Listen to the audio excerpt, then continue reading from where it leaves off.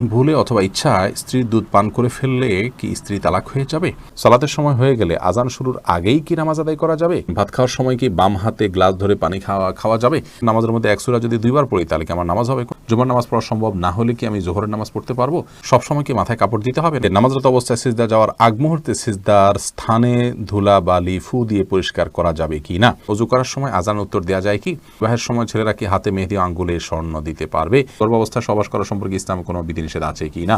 কোনো ঘরে প্রাণীর ছবি থাকলে নামাজ হয় না, বিকল্প ব্যবস্থা না থাকলে কি করব? বাচ্চা হওয়ার আগেই তার নাম ঠিক করে রাখা যাবে কিনা? আমি মানত করেছিলাম সুস্থ হলে 500 টাকা দান করব, কিন্তু মনে নেই এতিমকে না মাদ্রাসা, এখন কি করব? কাফনের কাপড় নাকি দরদাম করে কেনা যায় না, কতটা শরীয়তসম্মত? আমি একজন গৃহিণী, প্রতিদিন সংসারের অনেক কাজ করা হয়, এই কাজ করে কিভাবে সওয়াব অর্জন করতে পারবো? মানে সংসারের কাজকে কিভাবে ইবাদতে রূপান্তরিত করতে পারি? বিলম্ব না করে চলুন আমরা আপনাদের প্রশ্ন উত্তর দেওয়ার পালায়। শরীফুল ইসলাম, আপনি আমাদের ইউটিউব চ্যানেলে প্রশ্ন করেছেন কাফনের কাপড় নাকি দরদাম করে কেনা যায় না, কতটা শরীয়তসম্মত? এই মাসালা হয়তো কোনো কাফনের কাপড়ের ব্যবসায়ী তার সুবিধার জন্য আবিষ্কার করছে কিনা আল্লাহ আলাম। কারণ হলো এই ধরনের মাসআলা থাকলে তো কাফনের কাপড়ের বিক্রেতা যারা তারা লাল হয়ে যাবে, যে কোনো দাম চাইবে, আপনি দরদাম করতে পারবেন না। মূলত এরকম কোনো কথা কোনো দেশে বলা হয়নি। অন্য 10টি জিনিসের মতো কাফনের কাপড়ও আপনি দরদাম করে কিনতে পারবেন, কোনো অসুবিধা নেই। এস এম রেজওয়ানুল খান, আপনি লিখেছেন উভয় পক্ষের বাবা মা বেঁচে না থাকলে বিবাহের নিয়ম তরিকা কি হবে? অভিভাবক হিসাবে বড় ভাই আছেন, বড় ভাই না থাকলে চাচা আছেন, পরবর্তী যে স্টেপের অভিভাবক আছেন সে সমস্ত অভিভাবকদের মাধ্যমে বিবাহের অ্যারেঞ্জ করবেন। এরপরে সুমাইয়া আক্তার সুমা, আপনি লিখেছেন কোনো ঘরে প্রাণীর ছবি থাকলে নামাজ হয় না, বিকল্প ব্যবস্থা না থাকলে কি করব? যদি বিকল্প ব্যবস্থা না থাকে তাহলে সেক্ষেত্রে ওই প্রাণীর ছবিকে ডেকে নামাজ পড়বেন। আর নামাজ হয় না বিষয়টা সেরকম না, ওই জায়গায় নামাজ পড়লে মাকরুহ হবে। বিশেষ করে যদি আপনার সলাতে সিজদার জায়গায় থাকে, সামনে থাকে, তাহলে সেক্ষেত্রে সেটা তো দৃশ্যত তাকে সিজদা করছেন এরকম আপনার মনেও আসতে পারে, বা দেখলে সেরকম দেখা যেতে পারে। এই জন্য এটা সরিয়ে নেবেন বা উপর করে রাখবেন। এভাবে বিভিন্নভাবে আপনি চেষ্টা করবেন। তাতেও যদি কোনো এরকমও যদি কোনো উপায় না থাকে তাহলে আপনি ওখানে সালাত আদায় করে নামাজ হবে না, বিষয়টা সেরকম না, মাকরুহ হবে, অপছন্দনীয় হবে। এরপর এমডি মাহমুদ হাসান, আপনি লিখেছেন নামাজরত অবস্থায় সিজদা যাওয়ার আগ মুহূর্তে সিজদার স্থানে ধুলা বালি ফু দিয়ে পরিষ্কার করা যাবে কি না? একান্ত প্রয়োজন না হলে এটি করবেন না, এবং এটি করতে গিয়ে অনেক সময় আমলে কাসির হয়ে যায়। অর্থাৎ আপনি এত বেশি ফু দিচ্ছেন, অনেককে দেখা যায় যে সিজদা যেতে গিয়ে এত বেশি ফুটা দিচ্ছেন আশেপাশে, তিনি আমলে কাসির করে ফেলছেন। অর্থাৎ তাকে একজন দর্শক দেখে নামাজে আসেন নাকি এমনিতে তিনি জায়গা পরিষ্কার করছেন, এটা নিয়ে সন্দেহের মধ্যে পড়ে যায়। এত বেশি যদি তার নামাজের অবস্থা থেকে, হাইয়াত থেকে তিনি সরে যান, তাহলে সেক্ষেত্রে তার নামাজ কিন্তু বিশুদ্ধ হবে না এবং নামাজ নষ্ট হয়ে যাবে। আর যদি এত বেশি তিনি নড়াচড়া না করেন, বরং খুব আলতোভাবে ফু দিয়ে জায়গা পরিবর্তন করেন, পরিষ্কার করেন, তাহলে সেটা জায়েজ হবে। যদি এত ধুলাবালি হয় যে নিঃশ্বাসের সাথে তার নাকে ঢুকবে, তিনি ক্ষতিগ্রস্ত হবেন, অসুস্থ হবেন, এরকম আশঙ্কা থাকে, তাহলে এটি করা যেতে পারে। হাত দিয়ে একটু সরা দিলেন বা আপনি নাক দিয়ে ফু দিলেন, এটি জায়েজ আছে। কিন্তু একান্ত যদি জরুরি না হয়, তাহলে শুধুমাত্র সূচিবায়ের কারণে বা অতি শৌখিনতার কারণে এমনটি করা সালাতের যে সৌন্দর্য সেটাকে নষ্ট করে দেয়। আয়েশা সিদ্দিকা রিনি আইডি থেকে লিখেছেন, আমি মানত করেছিলাম সুস্থ হলে 500 টাকা দান করব, কিন্তু মনে নেই এতিমকে না মাদ্রাসা, এখন কি করব? আপনি যে কোনো দানের খাতে আপনি দান করলে আদায় হয়ে যাবে ইনশাআল্লাহ বিদিনিল্লাহ। সিরাজুল ইসলাম আইডি থেকে আপনি লিখেছেন, বাচ্চা হওয়ার আগেই তার নাম ঠিক করে রাখা যাবে কিনা? যাবে, কোনো অসুবিধা নেই। বাচ্চা হওয়ার আগে থেকে ছেলে হোক মেয়ে হোক, ছেলে হওয়ার সমাবেশী হিসেবে ছেলের নাম, অথবা ছেলে মেয়ে দুইটা রেখে দিলেন, আগে থেকে ঠিক করে রাখলেন, কোনো অসুবিধা নেই। হাই ব্যাখ্যাত, আপনি ইউটিউব থেকে লিখেছেন, আমি একজন গৃহিণী, প্রতিদিন সংসারের অনেক কাজ করা হয়, এই কাজ করে কিভাবে সওয়াব অর্জন করতে পারবো? মানে সংসারের কাজকে কিভাবে ইবাদতে রূপান্তরিত করতে পারি? দেখুন, একজন গৃহিণী তার সাংসারিক কাজকে ইবাদতে রূপান্তর করবার জন্য তার প্রথম কাজ হলো প্রত্যেকের হক যথাযথভাবে আদায় করা, সন্তানকে সঠিকভাবে লালন পালন করা, আল্লাহর সঙ্গে পরিচিত করানো, আল্লাহর নির্দেশে পরিচালনা করা, তাদেরকে সালাতে শিক্ষা দেওয়া, ইসলামী ভাবধারা শিক্ষা দেওয়া, স্বামীকে তার হকগুলো আদায় করা। নবী সাল্লাল্লাহু আলাইহি ওয়াসাল্লাম বলেছেন, ওই মহিলা সবচেয়ে ভালো, শ্রেষ্ঠ, উত্তম, যাকে দেখে তার স্বামী সন্তুষ্ট থাকেন, দেখলে তার ভালো লাগে। এভাবে তিনি চলাফেরা করেন। অনেক হাদিসে আসছে, নবী সাল্লাল্লাহু আলাইহি ওয়াসাল্লাম বলেছেন, ইযা সাল্লাতিল মারআতু খামসাহা ওয়া সামাত শাহরাহা ওয়া আতাআত বা'লাহা ওয়া হাফিজাত ফারজাহা, যে মহিলা 5 ওয়াক্ত সালাত আদায় করেন এবং সিয়াম পালন করেন, তার স্বামীর আনুগত্য করেন, লজ্জাস্থান হেফাজত করেন, সে জান্নাতের যে কোনো দরজা দিয়ে প্রবেশ করতে পারবে। তো এই কাজগুলো করার পাশাপাশি আপনি আপনার যখন গৃহস্থলী কাজ করবেন, তখন আপনি আল্লাহর জিকির করলেন, সব কাজ বিসমিল্লাহ বলে করলেন, এবং নিজের আমলগুলো সব ঠিকঠাক রাখলেন। অহেতুক অনর্থক কাজ, মোবাইল ইত্যাদি, টেলিভিশন ইত্যাদিতে অহেতুক প্রোগ্রাম ইত্যাদি দেখা, বা হারাম জিনিসের দেখা থেকে আপনি নিজেকে বিরত রাখলেন, যথাসময় পর্দার মধ্যে থাকলেন, নিজের পবিত্রতা নিজে রক্ষা করার চেষ্টা করেন, ইনশাআল্লাহ বিদিনিল্লাহ এর মাধ্যমে আপনি গৃহিণী হয়েও আল্লাহ তাআলার প্রিয় পাত্র হতে পারেন এবং আপনার গৃহস্থলী কাজগুলোকে এভাবে আপনি পরিণত করতে পারবেন। মোহাম্মদ নাহিদুল ইসলাম আপনি লিখেছেন, অজু করার সময় আজান উত্তর দেওয়া যায় কি? অজু করার ফাঁকে ফাঁকে আপনি যদি পানি অপচয় করা ছাড়া আজানের জবাব দিতে পারেন তো অবশ্যই দিতে পারেন। তবে মোহাম্মদ হাসান আপনি লিখেছেন, গর্ভাবস্থায় সহবাস করা সম্পর্কে ইসলামে কোনো বিধিনিষেধ আছে কি না? না, গর্ভাবস্থায় সহবাস করার পরে ইসলামের কোনো বিধিনিষেধ নাই। তবে আপনি এই অবস্থায় সহবাস করলে যদি বা গর্ভস্থ সন্তানের ক্ষতি হয় বা স্ত্রীর কষ্ট হয় বা ক্ষতি হয়, তাহলে সেক্ষেত্রে সেটি করা উচিত হবে না। শিশির ভেজা ঘাস এই আইডি থেকে আপনি লিখেছেন, সবসময় কি মাথায় কাপড় দিতে হবে? না, সবসময় মাথায় কাপড় দিতে হবে বোন, এমনটি মোটেও আবশ্যক নয়। আপনি পরপুরুষের সামনে গেলে বা সে আপনাকে দেখে ফেলতে পারে এরকম হলে সেক্ষেত্রে মাথায় কাপড় নয়, শুধুমাত্র আপনি আপনার সৌন্দর্য ঢাকবেন, মাথার কাপড়কে আরও টেনে দিয়ে আপনার সৌন্দর্য এবং রূপ লাবণ্য এগুলোকে ঢেকে তার সামনে যাবেন।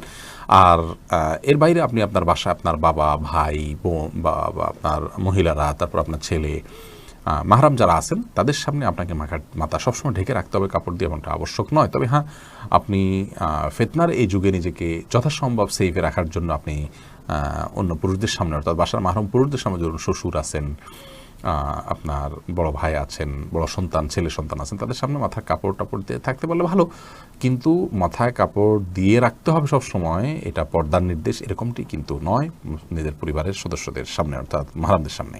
জয়নাল মুন্সি আপনি লিখেছেন, বিবাহের সময় ছেলেরা কি হাতে মেহেদি, আঙ্গুলে স্বর্ণ দিতে পারবে?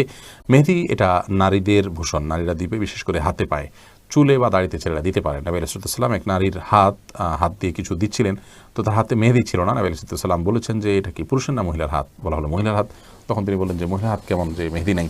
তার মানে মহিলারা মেহেদি পড়তেন তখন, তাদের আদা ছিল এটি, কিন্তু পুরুষ সেটি করবে না, অর্থাৎ নারীর সাথে পুরুষ সাদৃশ্য গ্রহণ করা নিষেধ। আর তাছাড়া সাজগোজ এটি মূলত নারীদের জন্য, সাজগোজ বলতে এই জাতীয় অতিরিক্ত যে সাজগোজ আছে সেটি, আর পুরুষও পরিপাটি হয়ে থাকবেন সেটি তো অবশ্যই ভালো। শাহাদাত হোসেন আপনি লিখেছেন, জুমার নামাজ পড়া সম্ভব না হলে কি আমি জোহরের নামাজ পড়তে পারবো? জুমার নামাজ পড়া সম্ভব না হলে, মিস হয়ে গেলে তো অবশ্যই জোহর নামাজ পড়বেন। মোহাম্মদ হাসান আলী কিন্তু কেন মিস হলো? অবহেলার কারণে মিস হলো, সেটি গুনাহের কথা, সামনে থেকে সাবধান হতে হবে। মোহাম্মদ রহমান আপনি লিখেছেন, ভাত খাওয়ার সময় কি বাম হাতে গ্লাস ধরে পানি খাওয়া যাবে? যাবে, বিশেষ করে বাম হাতে পানি নিয়ে ডান হাতে ঠেক দিয়ে অনেকে খান, অর্থাৎ দুই হাত দিয়েই খেলেন আর কি, এটা জায়েজ আছে, কিন্তু উত্তম হলো আপনি সরাসরি ডান হাত দিয়ে পান করা। কারণ নবী করিম সাল্লাল্লাহু আলাইহি ওয়াসাল্লাম এক কৃতদাসকে বাম হাতে খেতে দেখে বলেছেন, কুল বিয়ামিনিক, তুমি তোমার ডান হাতে খাও, অকুল বিমায়ালিক, এবং তোমার সামনে থেকে খাও। তো বাম হাতে পান করা এটা সুন্নাহর খেলাফ একটি কাজ, এটি করা উচিত নয়। ডান হাতে যথাসম্ভব পান করা উচিত, কিন্তু ডান হাতে আমাদের খাবার লেগে থাকে, বিশেষ করে আমরা যারা এই সাবকন্টিনেন্টে থাকি, আমাদের খাবারগুলো এরকম যে ভাত তরকারি ঝোল টোল দিয়ে খেতে গেলে আমাদের হাত মেখে যায়, গ্লাসে ধরলে নষ্ট হয়ে যায়, সেখানে আমরা আঙুল চেটে খেয়ে তারপরে ধরতে পারি, সেটা আমাদের জন্য অধিকতর সুন্নাহর নিকটবর্তী এবং ভালো। কিন্তু যদি কেউ বাম হাতে খেয়ে ডান হাত দিয়ে ঠেক দেন, তাহলে সেটাকেও আপনি আপনার ভুল বলবেন বা গুনাহ হয়েছে এরকম বলার কোনো সুযোগ নেই, সেটাও করা যেতে পারে। অনেক ওলামা ইকরাম সেই পরামর্শ দিয়ে থাকেন। মাহদি হাসান আপনি লিখেছেন, নামাজের মধ্যে এক সূরা যদি দুইবার পড়ি তাহলে কি আমার নামাজ হবে? কোনো অসুবিধা, নামাজ হয়ে যাবে। এক সূরা যে একাধিকবার পড়তে হবে, এক সূরা যে একবার বেশি পড়া যাবে না এমন কোনো বাধ্যবাধকতা নেই। আমরা সূরা তারাবির সালাতে যে পড়ি, এক রাকাতে তো অনেক সূরাও পড়ি, তাই না? কোনো অসুবিধা নেই। জান্নাতুল ইমিন আপনি লিখেছেন, সালাতের সময় হয়ে গেলে আজান শুরুর আগেই কি নামাজ আদায় করা যাবে? সালাতের সময় হয়ে গেলে আজান শুরুর আগে আপনি সালাত আদায় করতে পারেন, কোনো অসুবিধা নেই। সালাতের সময় হওয়াটা হলো মূল। ইন্না সালাতা কানাত আলাল মুমিনিনা কিতাবাম মাওকুতা, সালাত নির্দিষ্ট সময় আদায় করাটাকে ফরজ করা হয়েছে। আজান হলে তারপরে জামাত হবে, আজান হলো ডাকার জন্য, কিন্তু তার আগে মা বোনরা তার জায়গায়, পুরুষরাও তার জায়গায় সালাত আদায় করতে পারবেন, কোনো অসুবিধা নেই। আরমান হুসাইন আপনি ইউটিউব চ্যানেল থেকে প্রশ্ন করেছেন, ভুলে অথবা ইচ্ছায় স্ত্রীর দুধ পান করে ফেললে কি স্ত্রী তালাক হয়ে যাবে? দেখুন, ভুলে বা ইচ্ছাকৃতভাবে যদি কোনো স্বামী তার স্ত্রীর দুধ পান করে ফেলে, তাহলে তার কারণে তাদের বৈবাহিক সম্পর্ক নষ্ট হবে না, এটি বিশুদ্ধতর মত এবং এটি জমহুর উলামা ইকরামের মত। কেউ কেউ এর ব্যতিক্রম বলেছেন, কিন্তু সেটি আসলে গ্রহণযোগ্য নয়। অতএব স্বামী যদি স্ত্রীর স্তনে মুখ দিয়ে দুধ পান করে ফেলেন ভুলে, তাহলে তার কারণে সম্পর্ক, তাদের স্বামী স্ত্রীর সম্পর্ক নষ্ট হবে না। নবী করিম সাল্লাল্লাহু আলাইহি ওয়াসাল্লাম বলেছেন, ফাইন্নামার রাদাআতু মিনাল মাজাআহ, অন্য হাদিসে আসছে লা রাদাআ ইল্লা লা রাদাআ ইল্লা ফি সানাতাইন, আও কামা ক্বালা আলাইহিস সালাতু ওয়াস সালাম। 2 বছরের বাইরে গেলে যদি দুধ পান করানো হয়, সে দুধ পান করানোর ভিত্তিতে হারাম হওয়ার সম্পর্ক সাব্যস্ত হবে না। এবং এ বিষয়ে দুরুল মুখতারের মধ্যেও স্পষ্ট ফতোয়া রয়েছে, এবং প্রয়োজন ছাড়া আপনার প্রয়োজন ছাড়া আপনার একজন মানুষ অহেতুক কর্মকাণ্ড থেকে যথাসম্ভব, বিশেষ করে যেখানে নানা রকমের রিস্ক আছে, নানা রকমের আপনার সুবিধা অসুবিধার দিক সেখানে চলে আসতে পারে, এই ধরনের বিষয়ে মানুষ যথেষ্ট সাবধান এবং সচেতন হতে হবে। স্ত্রীর দুধ যদি অনিচ্ছাকৃতভাবে কারোর মুখে চলে যায় এবং সে পান করে ফেলে, তাহলে সেটা মানে ইচ্ছাকৃত যদি কেউ করে তাহলে সেটা নাজায়েজ হবে, গুনাহের কথা হবে।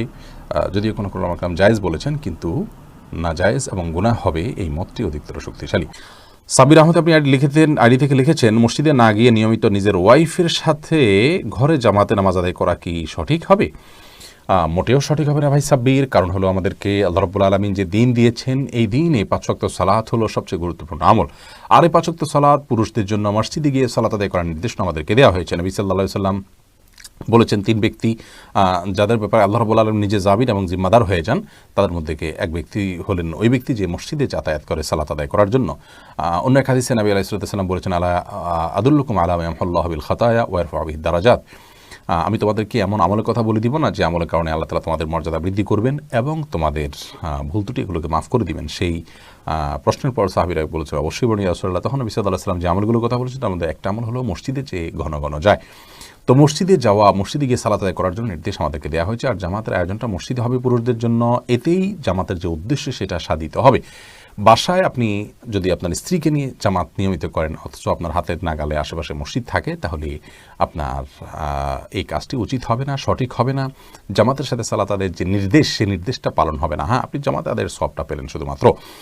অবশ্য এ বিষয়ে রদ্দুল মুখতারের যে ফতোয়া রয়েছে, সেই ফতোয়া যদি আমরা সামনে রাখি, তাহলে সেক্ষেত্রে দেখতে পাই যে যদি আপনার পরিবার পরিজনের সদস্য যারা আছেন তাদেরকে নিয়ে আপনি জামাতের আয়োজন করেন, ধরুন মসজিদ দূরে, আপনি আপনার বাসা বাড়িতে বা আপনার বিল্ডিংয়ে যারা আছে তাদেরকে নিয়ে আপনি সালাতের আয়োজন করলেন, জামাতের আয়োজন করলেন সবাইকে নিয়ে, তাহলে এটা মাকরুহ হবে না। কিন্তু সেক্ষেত্রেও মসজিদে জামাতের সাথে সালাত আদায় করাকে আফদল বলা হয়েছে রদ্দুল মুখতারে।